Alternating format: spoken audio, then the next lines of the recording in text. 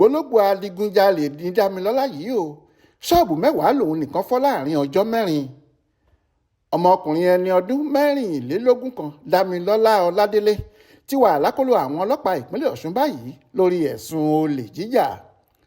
Ọjọ́ 12 oṣù kọkànlá ọdún yìí ni ẹgbẹ́ ọdẹ àtàwọn aṣọ́gbó Nigeria Hunters and Forest Security Service nípínlẹ̀ Ọ̀ṣun mú ní ráràbáòtú òkè fíà nílùú Òṣogbo. Báàgì ńlá kan ni wọ́n ká mọ́ ọ lọ́wọ́. Nígbà tí wọ́n sì tú báàgì náà ni wọ́n bá oríṣiríṣi oúnjẹ tí ẹnu ń jẹ àtàwọn nǹkan èlò inú ilé.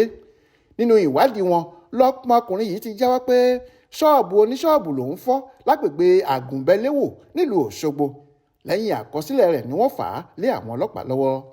Nígbà tó ń ṣàfihàn Damilọla, kọmíṣánná ọlọ́pàá ìpínlẹ̀ Ọ̀ṣun Ìsíákù sọ pé nígbà tí wọ́n lọ ṣàbẹ̀wò ilé rẹ̀, lára àwọn nǹkan tí wọ́n bá ní fáànù 2, òróró kẹ́ẹ̀gì ńlá 2, jẹnẹrétọ̀ 3, ìlàjì àpò ìrẹsì, sìnídà ìdáná àti bẹ́ẹ̀ bẹ́ẹ̀ lọ.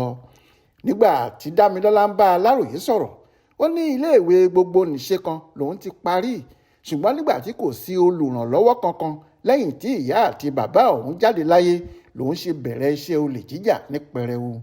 Ó ní jẹnẹrétọ̀ ọ̀rẹ́bìnrin òun gan wà lára èyí tí òun ti jí gbé, bẹ́ẹ̀ lòun sì ti jí ti alájọgbélé òun kan rí. Owó pọ́ọ́kú lòun sì máa ń ta àwọn nǹkan tí òun bá jí wọ̀nyí. Damilọla fi kún ọ̀rọ̀ rẹ̀ pé ṣọ́ọ̀bù 10 lòun nìkan fọ́ láàrin ọjọ́ 4 tí ọwọ́ kò sì tẹ òun, ṣùgbọ́n nígbà tí òun fẹ́ lọ ta díẹ̀ lára àwọn nǹkan tóun jí làwọn ọdẹ mú òun ní òkè fíà. Florence Babaṣọlá ló ṣàkójọpọ̀ ìròyìn ọ̀hún fún Aláròyé online television.